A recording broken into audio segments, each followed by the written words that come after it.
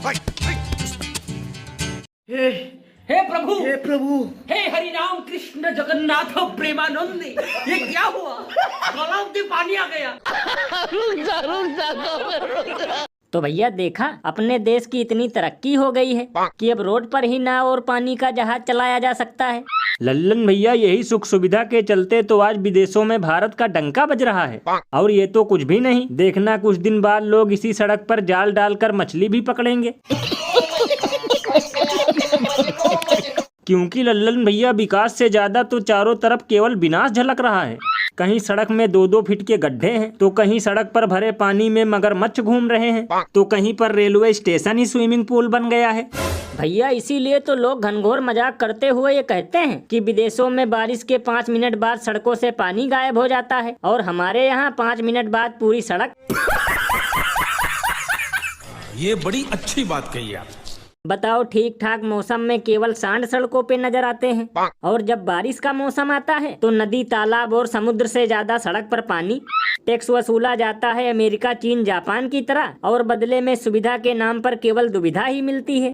ये बिल्कुल सही कहा आपने। वैसे भैया, एक अंदर की बात बताऊं, देखना कुछ दिन बाद लोग फिर ऐसे ही विरोध प्रदर्शन करना शुरू कर देंगे। देखेगा, घबराना नहीं।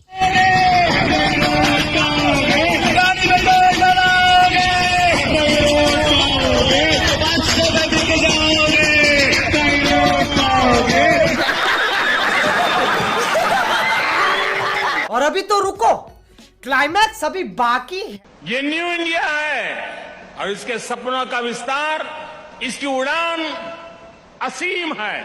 ये सब क्या देखना पड़ रहा है? अच्छा है मैं अंधा हूँ। तो भैया देखा, अभी कुछ दिन पहले विश्वगुरु कार की टिमटिमाती एलईडी लाइट बुझाकर घूम रहे थे, और अब कार की पिछली सीट पर बैठकर घूम रहे हैं। तो लल्लन भैया, इसमें चौंकने की क्या बात है? हो सकता है राहुल गांधी ने भैंस की तरह मोदी जी के कार की एक सीट भी खोल ली हो, इसलिए इन्हें पीछे बैठकर सफर करना पड़ रहा है। वैसे लल्लन भैया, मुझे तो लगता है कि आजकल डंका गुरु की स्थिति भारतीय रुपए से भी ज्यादा खराब चल रही है। क्योंकि जब से 2024 का इलेक्शन हुआ है, तब से इनके चेहरे से ज्यादा तो आलू, टमाटर और प्याज का रेट ग्लो कर रहा है। ये बिल्कुल सही कहा आपने, क्योंकि भैया अब डंकापति एक अकेला सब पे भारी वाला डायलॉग भी नहीं मारते। वैसे भैया, ये भी हो सकता है कि अगली सीट पर नीतीश बाबू और चंद्र बाबू बैठ गए हों, इसलिए मोदी जी को पीछे जाकर बैठना पड़ा।